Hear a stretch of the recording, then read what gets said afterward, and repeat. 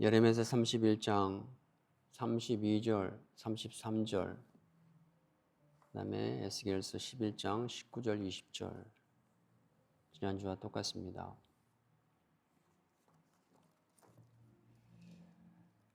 제가 읽겠습니다. 이 언약은 내가 그들의 조상들의 손을 잡고 애굽 땅에서 인도하여 내던 날에 맺은 것과 같지 아니할 것은 내가 그들의 남편이 되었어도 그들이 내 언약을 깨뜨렸음이라. 여호와의 말씀이니라. 그러나 그날 후에 내가 이스라엘 집과 맺을 언약은 이러하니 곧 내가 나의 법을 그들의 속에 두며 그들의 마음에 기록하여 나는 그들의 하나님이 되고 그들은 내 백성이 될 것이라. 여호와의 말씀이니라.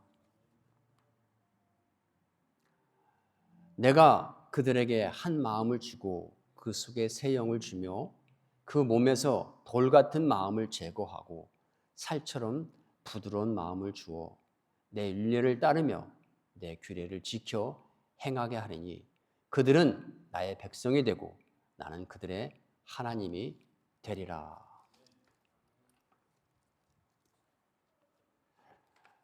살아계신 하나님, 감사합니다. 율법은 지나갔습니다. 율법은 더 이상 자유인과 함께 할 수 없습니다. 율법은 하나님의 자유의 성령의 법을 회방하고 오직 성령의 자유의 뜻에 따라서 살아가도록 하나님 받기까지 하나님께서 허락하신 하나님 그러한 하나님의 법인 것입니다. 성령의 시대가 왔으니 성령의 뜻에 따라 살아야 할지라고 바울은 말했습니다. 하나님, 너희가 성령으로 시작하여 육신으로 망하겠느냐 말씀하셨습니다. 성령님, 이 시간에 정중하게 당신을 인정합니다. 성령님, 당신의 능력을 인정합니다. 당신이 우리에게 지혜를 주시는 것을 인정하고 받아들이고 바라봅니다.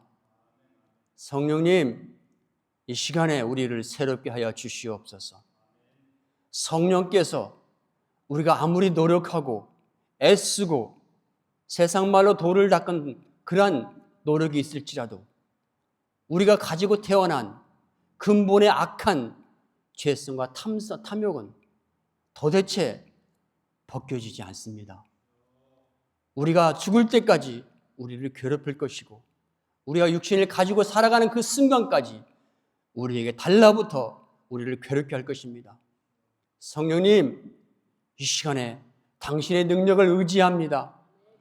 성령님, 이 시간에 당신의 권능을 의지하고 주님이 흘리신 보혈의 능력과 당신의 권능과 예수님의 능력으로 이 시간에 우리 속에서 지하여 주시옵소서. 그래서 하나님, 우리 영혼이 저절로 주님의 기뻐하시는 능력을 힘입어서 기뻐지게 하시고 자유케 하여 주시옵소서. 이 시간은 바로 그 시간입니다. 이 시간은 아버지 예배 율법의 시간이 아니고 형식도 격식도 시간이 아닙니다. 주님과 만남 속에서 당신이 우리 하나님이 되시고 우리가 당신의 백성이 되고 당신이 우리 아버지가 되시고 우리가 당신의 아들이 된 그 관계를 회복하는 귀한 시간입니다. 성령님, 그 관계를 회복시켜 주시옵소서. 이 예배를 축복하여 주시옵소서. 예배를 영광받아 주시옵소서. 주님 사랑하고 주님 찬양하고 주님만 살고 나는 죽었습니다. 십자가에 못 박혀 죽었습니다. 더 이상 죽은 자가 산 자를 방해하지 못하도록 성령님 우리를 만들어 주시옵소서. 예수님의 이름으로 기도합니다.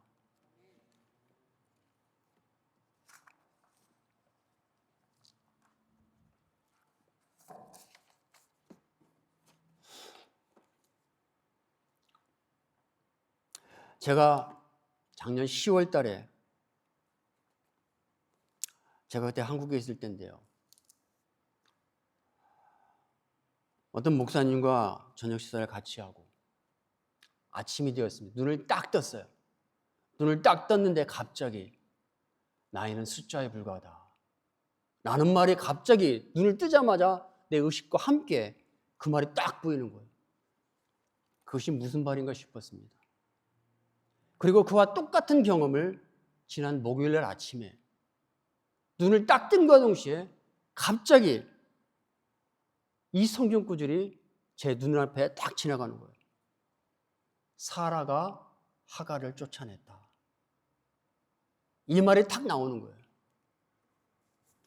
이 말과 제가 몇 개월 전에 받았던 그 말과 제가 생각을 해봤어요. 생각을 해봤는데 일맥상통하는 말이었습니다. 제가 나이는 숫자에 불과하다는 말을 하나님께서 저에게 그 말씀을 눈을 뜨자마자 의식과 함께 정광석과 같이 딱 보이면서 내 머릿속에 떠올라온 그때가 언제냐면 제가 40살에 교회를 시작을 했고 그러면서 18년이 지나왔어요. 18년 동안 처음에는 열정과 어떤 것을 가지고 했지만 수많은 오랜 시간 동안 열매가 나타나지 않으면서 소위 내 마음속에 어떠한 그냥 어떤 비전과 어떤 것이 와서 그냥 왔던 것 같습니다. 그리고 나이가 이제 58이 됐어요. 58이 됐는데 나도 모르게 58이라는 그 말이 너무 이렇게 무겁게 느껴지면서 그냥 그렇게 왔던 것 같아요. 근데 이제 그분들과 얘기를 하면서 제가 아마 내 영이 도전을 받은 것 같습니다. 아침에 갑자기 나이는 숫자에 불과하다는 말을 하면서 모세가 생각나면서 모세가 80살에 쓰임 받았잖아요. 그러면 죽을 때까지 죽는 순간에 눈이 초롱초롱하다고 그랬어요. 그것은 나이와 상관없는 거예요. 하나님의 능력이 임하니까 그 능력으로 모세는 80살부터 40년을 쓰임을 받았던 거예요. 저에게 꿈이었습니다. 그 말씀은 하나님께서 저에게 용기를 주는 것이었고 힘이었습니다. 그리고 지난 목요일 날 갑자기 이 말씀을 저에게 주시고 사라가 하갈을 쫓아냈다. 도대체 이것은 무슨 말인가? 사라가 하갈을 쫓아내는 이유는 딱 한 가지입니다. 사라가 자식이 없어서 자기 몸종 하갈을 통해서 자식을 이으려고 했고 하룻밤 자기 남편이 하갈과 잠을 잤고 그래서 임신을 했고 아기를 잉태했어요. 그 이후부터 하갈은 자기가 마님 노릇하려고 해요. 본처 사라를 괴롭히고 못 살게 굽니다. 그것을 참다 못한 이 사라가 남편에게 그 얘기를 이제 하게 되죠. 아브라함에게. 그러니까 아브라함이 뭐라고 합니까? 걔는 네 몸종 아니냐. 네 마음대로 네 뜻대로 해라. 라고 그렇게 말해요. 그러면서 사라가 하갈을 집 밖으로 쫓아내버렸어요. 핏덩이 이스마엘을 데리고 하갈을 쫓아내버렸어요. 자, 그거를 우리가 영적으로 해석하면 이렇습니다. 사라는 자유인이고 하나님의 약속의 딸입니다. 아멘? 믿음의 딸입니다. 하나님의 신령한 복이 사라를 통해서 이어지게끔 되어 있습니다. 하나님의 약속입니다. 그러나 하갈은 종입니다. 이 종은 율법으로 묶여있는 사라와 하갈에 묶여있는 율법으로 묶여있는 관계에 있습니다. 그래서 근데 율법으로 묶여있는 이 종이 율법이 자유인 약속의 딸을 핍박하고 몰아내려고 하고 무시하는 거예요. 그래서 사라가 이제 율법의 종인 율법의 대표하는 이 하갈을 쫓아내게 되는 거예요. 그것을 영적으로 성경적으로 하나님께서 그걸 어떻게 설명하냐면 율법과 자유인은 함께 동거할 수 없다라는 거예요. 아멘. 성령과 율법은 같이 가지 못합니다. 그것이 갈라디아에서 나오는 바울의 핵심입니다. 그래서 갈라디아서 4장 2장으로 너희가 율법으로 시작해서 아니 성령으로 시작해서 율법으로 망하겠느냐. 여러분 율법은 떠나갔습니다. 아멘. 우리가 살 것은 성령의 뜻을 따라서 살아야 됩니다. 성령은 새 사람입니다. 성령은 살리는 영입니다. 아멘. 살리는 나를 내가 사는 영이고 다른 사람을 살리는 영이고 모두가 함께 사는 영입니다. 이것이 성령입니다. 아멘. 그래서 이 말씀을 하나님이 왜 주셨나 싶었더니 그 전날 제가 마가복음 4장을 읽으면서 새 포도주는 새 가죽부대에 담으라는 말을 제가 묵상했어요. 이 말씀 묵상한 것이 내 영혼 속에 아마 깊이 이 잠재되어 있었던 것 같아요. 그래서 새 포도주는 뭘 말합니까? 우리 안에 새롭게 된 새 성령을 말합니다. 새 사람을 주장하고 새 사람이 되게 만든 하나님의 성령입니다. 아멘. 이 새 포도주는 새 가죽부대에 담으라는 거예요. 이 새 가죽부대는 뭡니까? 새 사람에게 주어진 새 옷입니다. 이 새 옷은 성령의 뜻에 따라서 입는 옷입니다. 아멘. 죽이는 옷이 아니에요. 살리는 옷입니다. 생명을 불어넣는 옷입니다. 용기를 불어넣는 옷입니다. 기도해주는 옷입니다. 꿈을 꾸게 하는 옷입니다. 아멘. 그래서 성령의 사람이 계속 율법처럼 옛날의 법 잣대를 가지고 자꾸 핍박하고 죽이고 멸망하고 누릴 때 여기에서는 성령도 죽고 율법도 같이 죽어요. 동거할 수가 없어요. 성령이 일하는 사람은 어떤 사람입니까? 자꾸 나는 예수 그리스도 십자가에 죽고 내 의는 죽고 오직 예수의 성품만 살아가고 예수님께서 이 땅에 십자가에 죽으신 그 성품만 계속해서 받아들여서 그걸로 통해서 계속해서 격려하고 세워주고 생명 주고 기도해주고 용기를 주고 소망을 주고 꿈을 불어넣어주고 죽어도 당신 살아. 아멘. 죽을 상황에 당신 살 수 있어. 왜? 예수님이 있으니까. 당신은 자유인이야. 하나님께서 이 말을 주신 거예요. 그러면서 제가 주보에 이렇게 써 상근아 성령을 따라 살아라. 제가 써놨어요. 바로 그 뜻이었어요. 하나님께서. 나이는 숫자에 불과하다. 똑같은 맥락이었습니다. 나이는 누가 생각합니까? 내 옛사람이 생각하는 것이었어요. 매너리즘에 빠지고 너는 안 돼. 이거에 빠졌어요. 그러나 하나님께서 숫자에 불과하다는 것입니다. 그것을 모세를 통해서 증명했어요. 여러 믿음의 사람을 통해서 증명했습니다. 아멘. 제가 오늘 본문을 사실은 준비할 지난 시간에 이어서 오늘 새 언약을 통해서 두 번째 시간인데요. 사실은 한 2달 전에 이 본문을 계속 받았어요. 근데 하려고 하면 안 되고 막히고 그래요. 지난주부터 하나님께서 열어주시더라고요. 그래서 하게 되는 것입니다.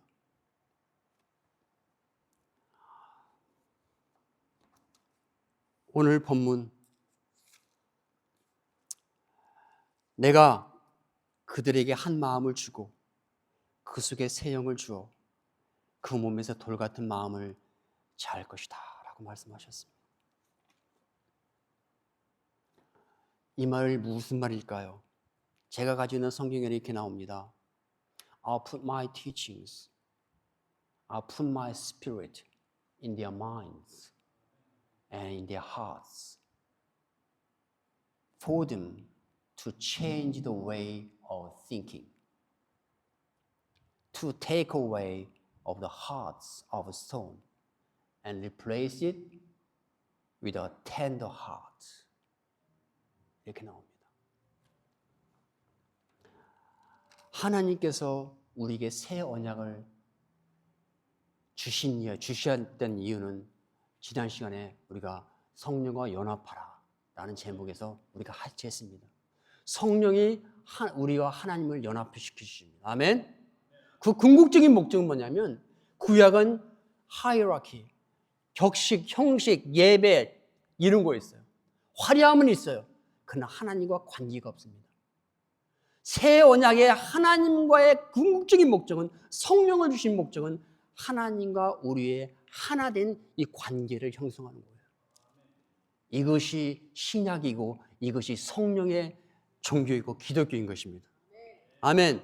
여러분 절대로 한 지체인 우리 형제와 자매를 향해서 내 영혼을 향해서 핍박하지 않기를 원합니다.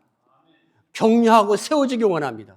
할 수만 있다면 화평하고 할 수만 있다면 연합하고 할 수만 있다면 그분이 사는 그분이 그 인생을 지도하게 만드는 그러한 심부름꾼 청지기의 삶을 사시는 저와 여러분에게 주님의 이름으로 축원드립니다. 이러기 위해서는 어떻게 됩니까? 우리 속에 있는 거친 마음, 돌 같은 아담을 통해서 죄성을 통해서 가지고 난 이 마음이 빠져나가자고 제거되지 않는 한 안 되는 것입니다. 이것이 우리 세상의 지식으로 되지 않습니다. 이 세상의 철학으로 되지 않습니다. 윤리로 되지 않습니다. 오직 그리스도의 복음과 믿음과 성령의 능력으로만 되는 줄 믿습니다. 아멘. 하나님의 지식, 로고스, 굿뉴스, 이것은 무엇을 말하는 데살로니가서 4장에 보면 이렇게 나옵니다. 하나님의 굿뉴스는 우리에게 지식을 가르쳐요. 그것은 우리에게 구원의 지식을 가르칩니다. 하나님이 이런 분이라는 것을 우리에게 가르쳐 주십니다. 선생이 없으면 우리가 어떤 지식을 배울 수 있겠습니까? 선생은 먼저 안 지식을 제자들이 가르쳐서 제자들은 그렇구나, 저것이 옳은 거구나 깨닫게 되는 것입니다. 이것이 복음입니다. 아멘. 이것이 굿뉴스입니다. 이것이 십자가입니다. 십자가를 통해서 기록한 것이 복음이고 굿뉴스입니다. 우리가 이것이 옳다고 깨달았습니다. 아멘. 깨달은 것이 무엇입니까? 성령께서 깨닫게 하신 것입니다. 우리에게 굳은 마음을 제거하셔서 세상적인 지식을 제거하셔서 이것을 깨닫게 하신 것입니다. 제가 24살까지 예수를 욕하고 예수를 핍박하고 예수 믿는 자들에게 물집 풀고 여러분 별짓을 다 했어요. 그러나 성령께서 오셔서 이 굳은 마음을 제거하시니까 그분이 내 하나님이네. 그분이 내 주님이네. 그분이 나를 살리셨네. 여러분 눈이 떠지는 것입니다. 아멘. 그리고 이제 옳은 지식을 알았어요. 이제 이것이 옳다는 것을 깨달았습니다. 그런데 여러분 이것을 옳다는 것을 깨달았으면 우리가 어떻게 되면 이것을 우리가 받아들여야 되는 거예요. 받아들일 때 뭐가 필요한지 아십니까? 믿음이 필요합니다. 아멘. 예수가 옳다는 걸 받아들입니다. 그것이 굿뉴스입니다. 우리가 복음을 전해야 되는 이유가 바로 그 의미입니다. 복음을 전할 때 사람들의 깨달음이 옵니다. 아멘. 그리고 우리 이제 그분들이 받아들일 때 믿음이 필요해요. 믿음이 뭘 필요하냐? 이 복음이 우리 안에 받아들일 때 이 복음이 우리 안에서 일하실 수 있도록 도와주는 것이 바로 믿음이에요. 믿음 없는 사람들 안에서는 절대로 복음이 일하지 못합니다. 믿음 없는 사람한테는 예수 그리스도가 일할 수가 없습니다. 아멘. 믿음을 통해서 믿음 안에서 하나님이 일하십니다. 믿는 만큼 일하신다고 저는 믿습니다. 아멘. 그래서 이 복음을 깨닫게 하고 우리가 믿음으로 취할 수 있는 이 모든 과정 속에서 성령께서 일하셔서 more and 그분께 가까이 그분을 더 알게 하고 그분께 붙어 있게 하고 그분과 관계하고 그분의 음성을 듣고 그분의 목적을 두고 사명을 두고 살게 하십니다. 아멘. 아멘. 여러분, 저는 오늘 얼마나 감사한지 모르겠어요. 그 성령님께서 지금 여러분과 저와 함께 하십니다. 못하기 위해서 우리의 못난 심령을 제거하고 우리에게 새로운 심령을 부어주시기 위해서. 아멘. 아멘. 마가복음 4장에 돌밭과 가시덤불밭이 나옵니다. 씨 뿌리는 자 비유에서. 그 돌밭과 가시덤불밭에 공통점과 다른 점이 있습니다. 공통점은 뭐냐면 이 돌밭과 가시덤불밭에 씨앗이 뿌려졌습니다. 씨앗이 뿌려졌는데 문제는 씨앗이 뿌려졌으면 자라서 싹이 나고 줄기가 되고 열매를 맺어서 수확을 하게 되는데 씨앗이 뿌려져서 자라기까지는 했는데 중간에 도태되어 버린다는 거예요. 이것이 돌밭과 가시덤불밭의 공통점이에요. 그러나 차이점이라면 뭡니까? 이 돌밭에 씨앗 뿌려진 씨앗은 쉽게 자라지만 중간에 도태되고 사라져버리는 이유는 내 안에 있는 못난 것들 때문에. 아멘.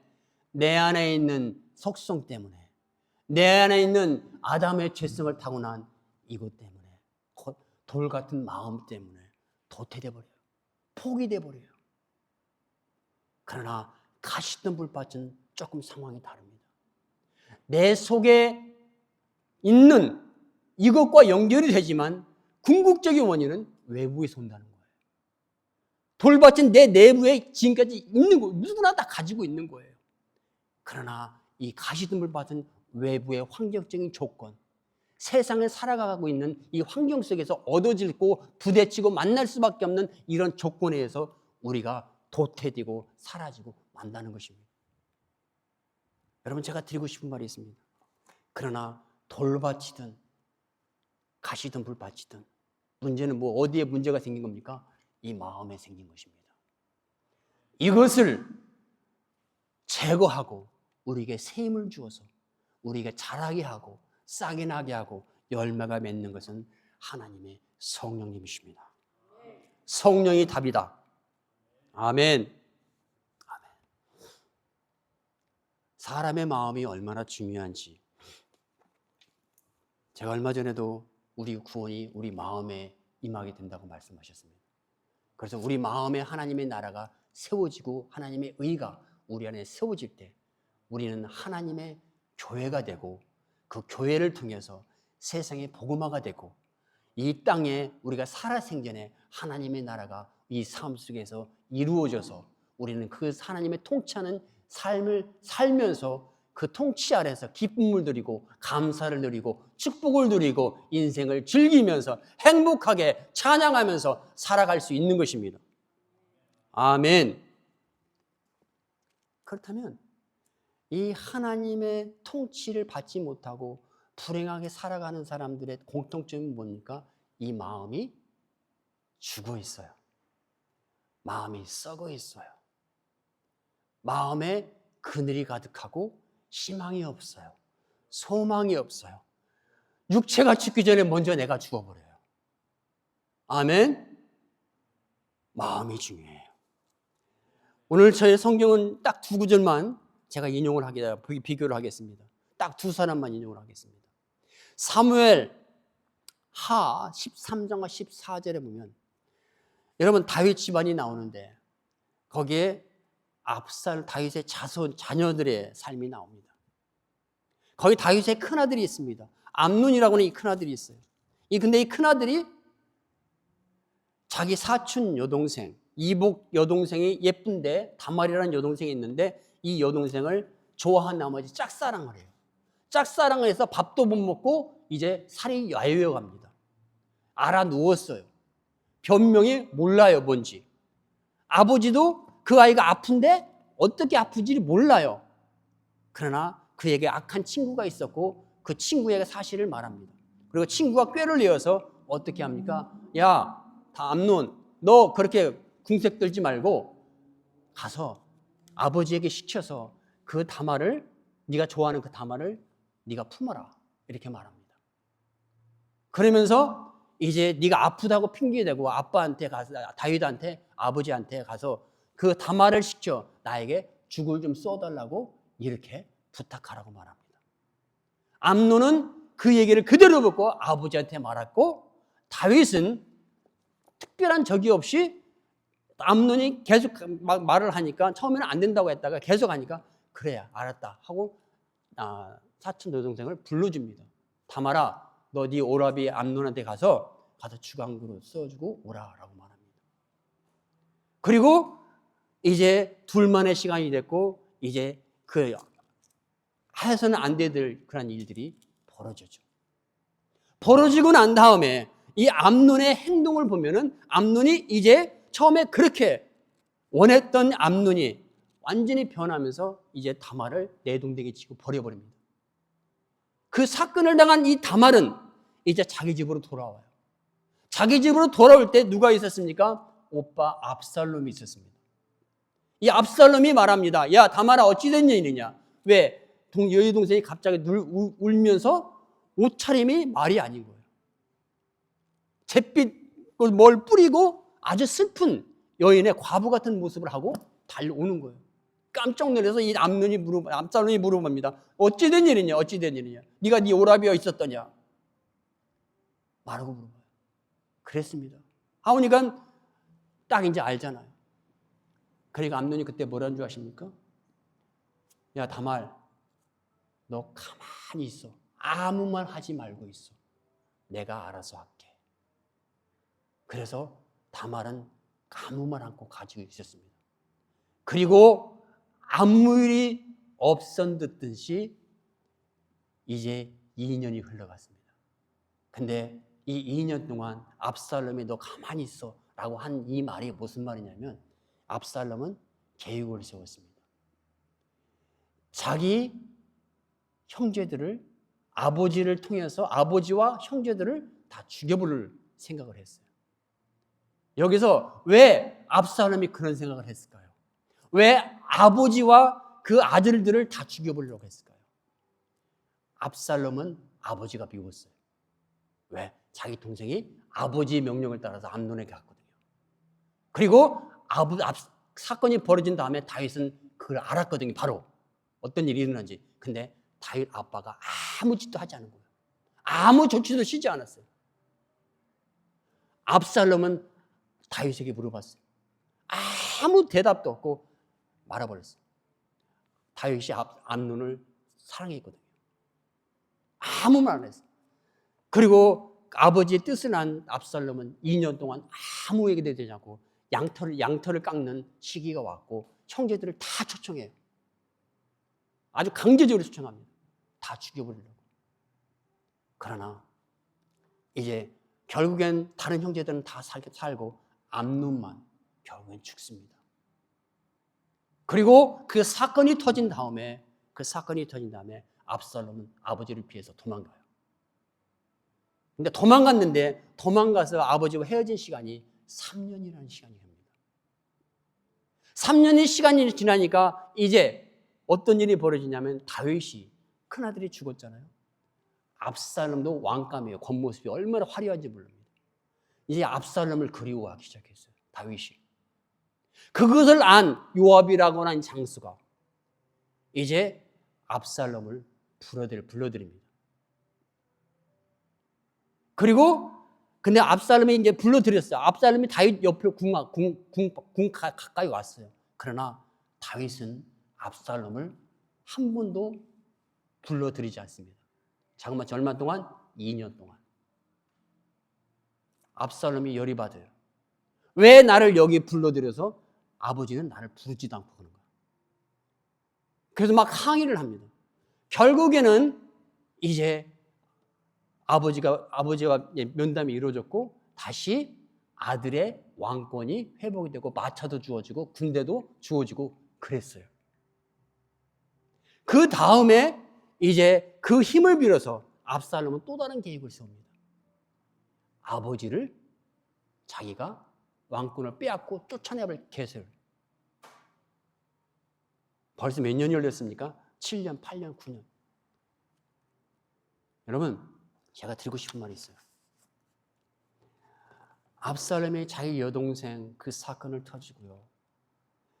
자그마치 10년 가까이 그런 시간이 흘렀지만 이 속에 있는 분한 마음, 복수심, 증오하는 마음, 이것은 저절로 없어지지 않더란 얘기입니다.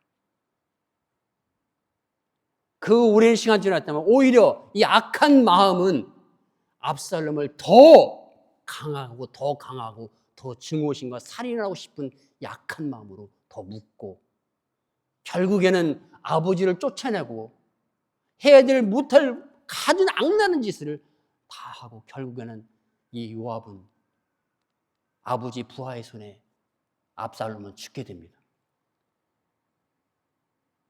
아멘.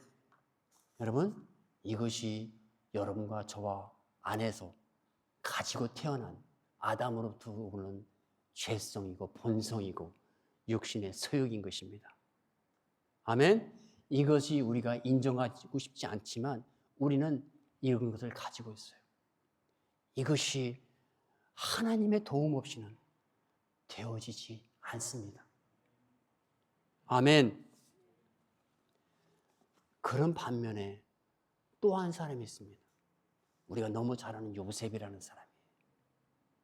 요셉은 17살 정도 될 때 뜻밖의 자기 형들을 안부를 알아보러 가는 이 요셉이 달려오는 요셉을 향해서 형들이 와라락 가서 붙잡더니 그를 우물속에 빠뜨려 버리고 팔아먹어 버립니다. 얼마나 요셉이 거부를 했겠습니까? 반항을 했겠습니까?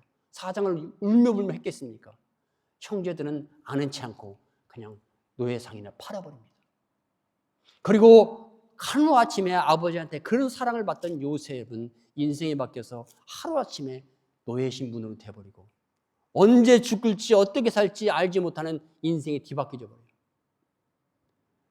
그러면서 성경에서는 제가 정확하게 몇 년이라는 보디발의 집에서 몇 년이 있었는지 모르겠어요. 그러나 정확하게 그 보디발에서 나와서 또 다시 죄수들이 속는 왕의 신하들이 속는 죄의 감옥소로 들어가면서 거기에서 왕의 신하 중에 죄를 지은 주방장 2명을 만납니다. 한 사람은 빵을 굽는 주방장, 또 한 사람은 술을 담당하는 주방장. 이 사람들을 만나요.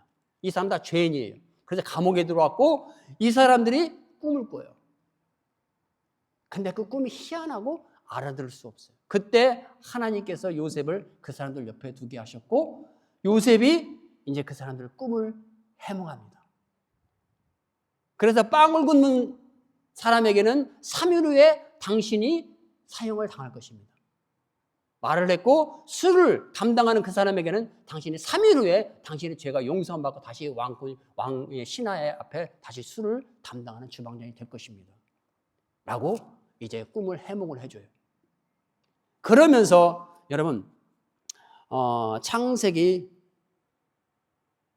45장 5절과 40장 14절 15절에서요.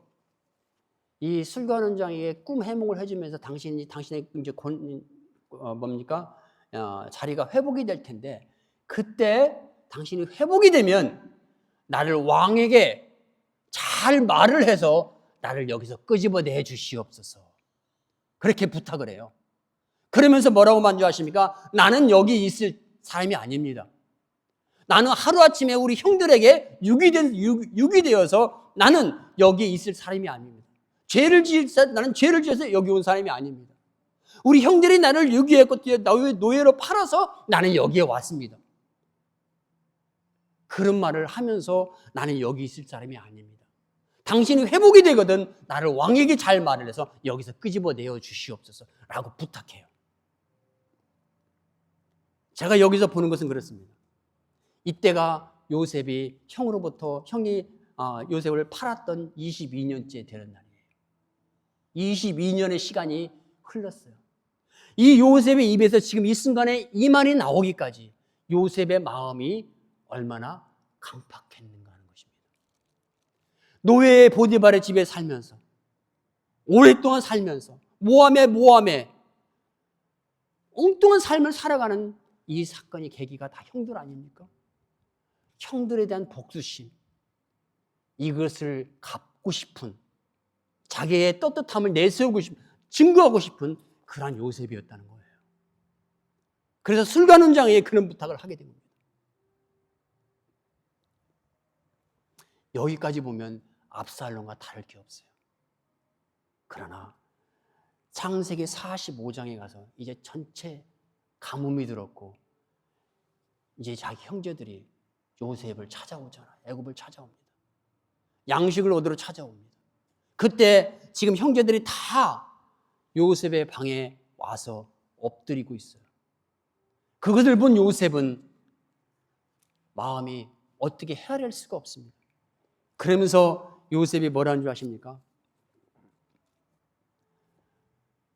하나님께서 이렇게 말합니다. 창세기 45장 5절과 7절에서 이렇게 말합니다. 형님들, 나 요셉입니다. 형님들이 한 것에 대해서 두려워하거나 무서워하실 필요 없습니다. 형님들이 한 것은 형님들이 한 것이 아니라 하나님께서 당신의 나라를 위해서, 사람들을 구원하기 위해서 하나님께서 형님들을 통해서 나를 이곳에 먼저 보내셨습니다. 이런 말을 해요. 그러니 형님들, 그것 때문에 너무나 두려워하지 마세요. 하나님의 계획이었습니다. 하나님의 나를 이곳에 보내셨습니다. 요셉의 마음 가운데 얼마 전까지만 해도 그 분했던 증오심과 이 살인하고 싶은 이 모든 것들이 어디론가 다 사라져버렸어요. 요셉의 마음속에는 이미 형들이 다 용서가 되어버렸습니다. 아멘. 여러분, 그 술관원정에 부탁하던 그 요셉과 지금 이제 이것이 돼서 국무총리가 돼서 이제 쌀을 나눠주는 요셉의 입장에서 그 사이에, 그 몇 년 사이에 어떤 일이 일어났습니까? 뭐가 있었길래? 여러분, 하나님이 요셉의 삶 속에 직접 개입하셔서 하나님이 그 마음에 돌 같은 마음을 제거하여 주셨습니다. 하나님이 제거하시니까 언제 자기가 그런 마음이 있었더니 오히려 그 형들이 더 불쌍하게 보이고 긍휼히 보이고 애처롭게 보였던 것입니다.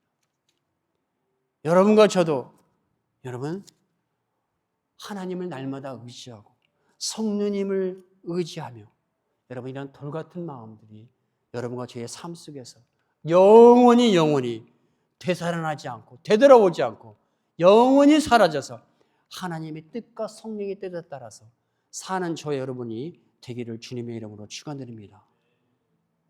아멘. 아멘.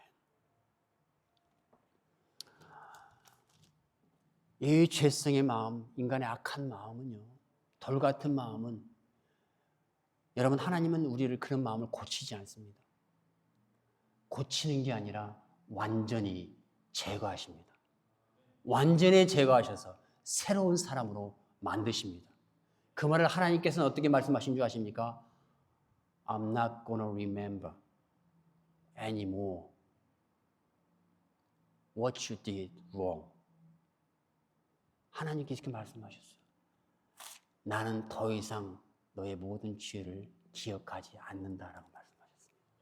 기억나지 않는 거예요.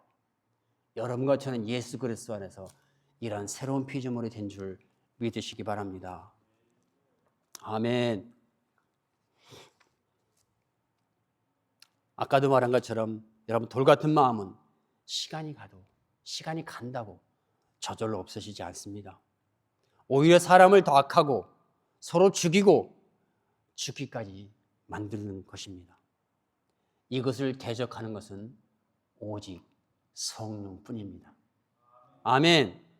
제가 갈라디아서 5장을 읽어드리겠습니다.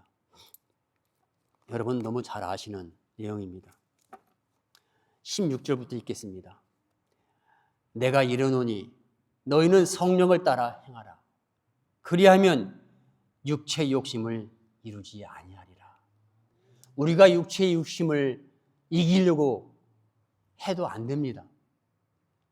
성령을 따라갈 때만 그것이 되어진다는 것입니다. 육체의 소욕은 이러하니 성령을 거스리고 성령은 육체를 거스리나니 they fight each other. 아멘.